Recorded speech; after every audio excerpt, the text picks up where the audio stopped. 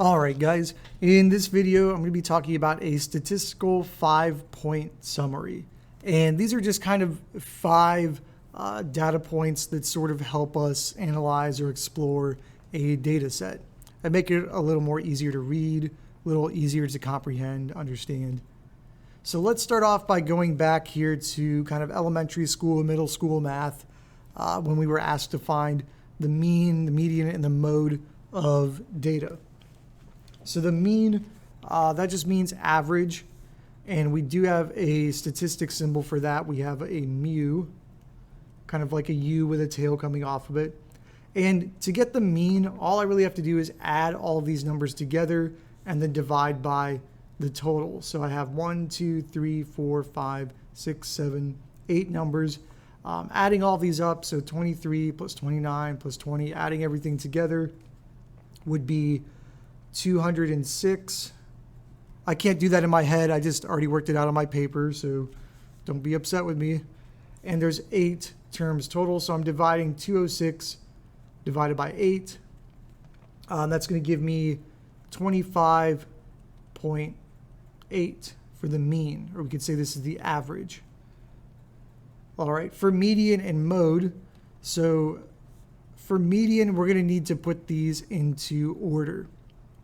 All right, so I need to start with the smallest number, which looks like it's 20, and then just kind of go up from there. So next would be 21, and I cross them out so I don't accidentally write one twice. Here's 23, here's next, and then there's another 23. All right, next looks like 25. I don't see a 24. I don't see a 26 or anything. Next is 29. And then finally, it looks like just 32 and then 33. All right, so the median is the middle number. But here, we don't really have a middle number, right? These are even.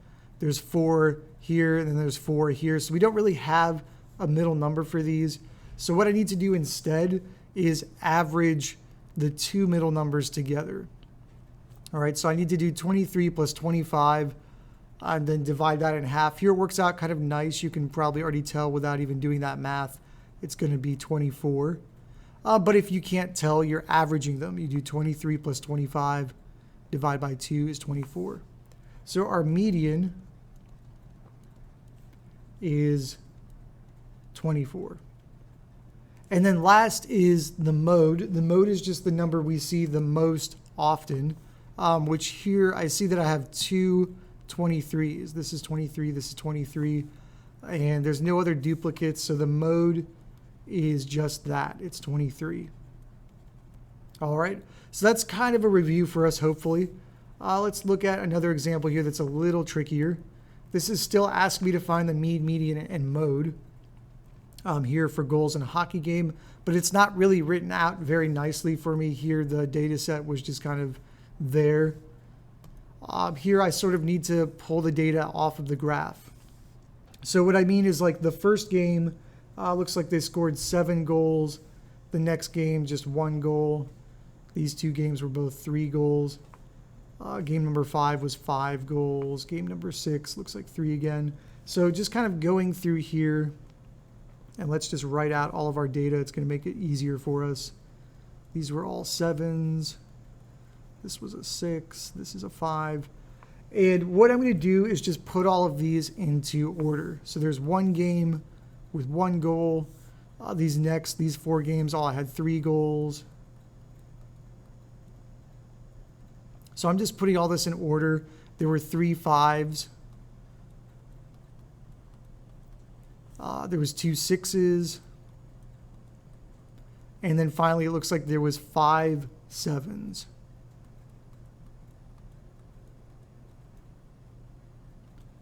All right, so this one's going to be a little harder because there's more data. Okay, so to get the mu, to get the mean, I just need to add up all of these goals. 1 plus 3 plus 3. Just adding all of these together is going to give me 75. And I'm dividing by the total number of terms. So there were 15 games played. Divide by 15, or you can count them up if you want to.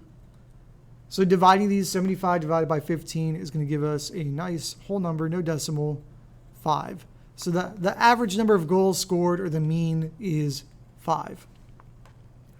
Next, we also need the median. So let me switch to blue. It looks like here we do have an odd number, 15, so I don't need to average anything together.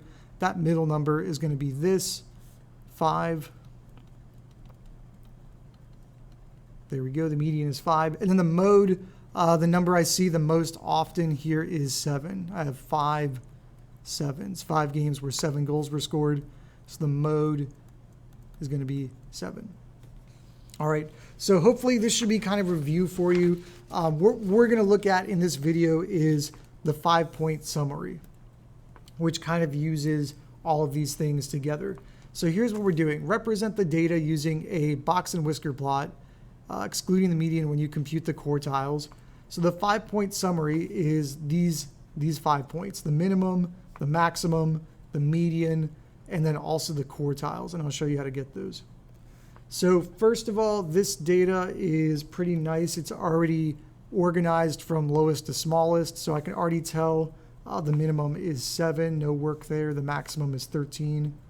Easy question, easy. And the median I can also tell is going to be 9, that middle number. So let's go ahead and write that down. So the median here, 9. And I'm going to plot that here on the graph. Also, here's 9. I'm just going to put a line there for now. I also need to compute the quartiles, which is kind of like the median of the median. So the first quartile, the middle number of this half, the middle number here of this half is 8. And the middle number of the other half, this upper half, is 10. Just looking at these middle numbers. All right, so the first quartile, the lower quartile, is 8. That upper quartile, the third quartile, is 10. And really our last step here, we're just going to sketch this on the graph. So here's 8, here's 10, and I'm going to use that to make my box for the box plot here, or sometimes we call it a box and whisker. And the whiskers are just the range. So the 7 was the minimum, and the maximum was 13. So just like that, I can plot this. Statisticians, that's a hard word to say. Statisticians like to use the box plot because it gives us so much information about the data set just by looking at a nice picture, and I don't have to do all that computation. Let's look at one last example here of kind of the same thing. So again, sort of the same thing here. We're going to represent the data using a box plot or box and whisker plot. And we're going to find the 5-point summary. So first is 3, and then 5, 7, and then 8. Next we would have 12, 18, and then finally 21. Okay, so a little bit of work that we had to do here, just putting that data into order. Now I can see the minimum is 3. All right, the maximum is 21. And the median is pretty straightforward as well. The median is just this middle number, 12, is going to be the median, or we could say quarter 2. So let's go ahead and plot those on the graph here. Here's the 12. Here's the maximum and the minimum. And this one's going to be a little more complicated. So the quartiles are not as straightforward. I don't really have a middle number here or here. So what I need to do with these is sort of get the average of these two numbers. So 5 and 7 I will average together, and also 14 and 18. All right, so 5 plus 7, that's going to give me 12, and then dividing that by 2 is 6, which you can kind of tell just by looking at that. 6 would be in between that. Next is 14 plus 18, that's 32. Divided by 2 is 16. And maybe, again, you could kind of tell 16 is in between those. Sometimes it's not so obvious, though. So 6 is our lower quartile. 16 is our upper quartile. And our last step here really is just to sketch that on the graph. So here's 6. Here is 16. I'm going to use that to make the box of the box plot. There we go. I'm trying to draw straight lines. It's kind of weird on my tablet. And I'll connect to the, there we go, the minimum and the maximum as well. And that's pretty much it. All right, so hopefully yours is better than mine. Mine's a little sloppy there. That's basically it. So just, we had a little extra work here to put those numbers in order first for the data set, but that's basically it. All right, here's the last thing I want to talk about is a histogram. And I'm still dealing with a data set here, and you might notice these are not in order again. But we really don't have to put these into order as we're graphing them here on the histogram. All right, so what I'm going to do is I'm going to make buckets of 10. But you can actually change your bucket size if that suits your data better. So let's start with 0 through 9, and I just want to count how many terms, how many pieces of data are between 0 and 9. So there's a 1, a 3, a 5, here's a 4, a 9, and a 6. Is that all of them? I think I got all of them. So we have 6 elements or 6 terms that are between 0 and 9. So let's go ahead and graph that here on the histogram. All right, so our first kind of bar here, sort of like a bar graph, just a little different. Our first bucket is 0 through 9. All right, next let's count. I'm going to do buckets of 10. So let's count 10 through 19. Anything here that's 10 through 19. Looks like I only see 3. I see 3 numbers, 10 through 19. So we've got here's an 18, a 16, and a 19. I don't think I see any others. So this bucket just has 3 terms in it. All right, and I think you can tell what I'm doing here. This is really just fancy counting. That's all it is. So this is 10 through 19. I'm going to have to make these a little bit bigger. I'm going to run out of space here.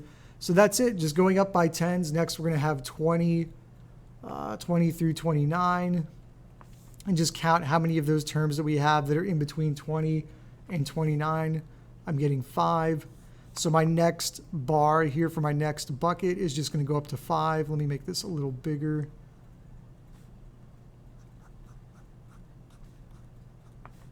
There we go. I'm going to run out of room. I can tell already. This should be 20 through 29. All right. Let's go up by 10 again. So 30 through 39, and just see how many numbers you have here that are in the 30s. I just see 1. I just see this, 32. So this bucket just has 1. All right, that's 30 through 39. I think I can fit these. Let's see. Next is going to be our 40s. So 40 through 49. And again, it doesn't have to go up by 10s. There's a way to tell what would best suit your data. But 10s works out nice for this one. So I see I've got a 45 and a 42. That's going to be 2 elements in this bucket. These are the 40s, 40 through 49. Next, let's do the 50s. And I just see 2. Here's a 51 and a 58. So the thing that's kind of nice about a histogram is I did not have to kind of order all my data first. I'm just counting, so I don't really have to organize everything at the beginning. All right, and then our last one, it looks like this is going to be the 60s, so just 60 through 69. We only have 1 of those. Just the 63 is the only one that I see. So this last bucket is just 1. 60 through 69. I kind of almost got everything to fit. I'm trying my hardest here. It's hard to write small sometimes. So this is going to be our histogram. And the first thing you might notice is this is not bell-shaped. It's not a bell curve. It's not normally distributed, so I can't really use the empirical rule or anything like that to predict the mean, the standard deviations, and all that. So what is this actually? We would call this right-tailed, or we could say right-skewed. These both mean the same thing. Right-tailed or right-skewed, you might see it either way, just depending on your textbook. These both mean the same thing. So kind of when I graph this, look at the shape here. It has a tail. Right here, we would call this data the tail end. It's got a tail that's kind of going towards the right. So this would be right-tailed. If it was going the other way, we would call that left-tailed, left-skewed. But it's definitely not a bell curve. It's not normally distributed. All right, guys. So that's going to be it for this video. Kind of a lot of information here, but hopefully it's not too difficult. It's a lot of things that are intuitive, but you might just not recognize the vocabulary or just kind of some of these big math words. But I hope that helps you out. Have a great day.